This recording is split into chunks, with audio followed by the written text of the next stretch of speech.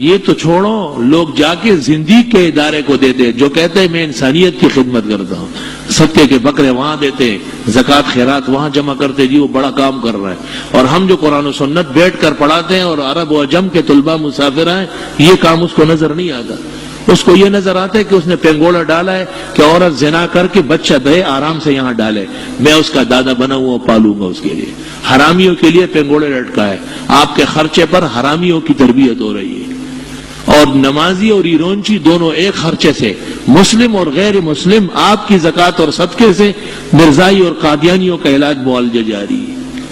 میں جب rest house میں تھا، عرفان حیدر عابدی ہے، وہ دوسرا مر گیا حادثے میں، وہ بیمار ہو گیا تھا۔ ایک رات میں 3 مرتبہ یہ شخص گاڑی میں آیا ہے گارو ریسٹ ہاؤس، ایک رات میں 3 مرتبہ۔ مجھے کہتے ہیں دعا کریں، میں نے کہا میں تو لعنت کرتا ہوں آپ کے اوپر، میں کیوں دعا کروں گا؟ آپ تو دشمن خدا اور رسول کی خدمت کر رہا ہے، جو صحابہ کے مقابلے میں یہاں کے بیمار ہوا ہے۔ غیرت لوگوں میں کہاں ہے؟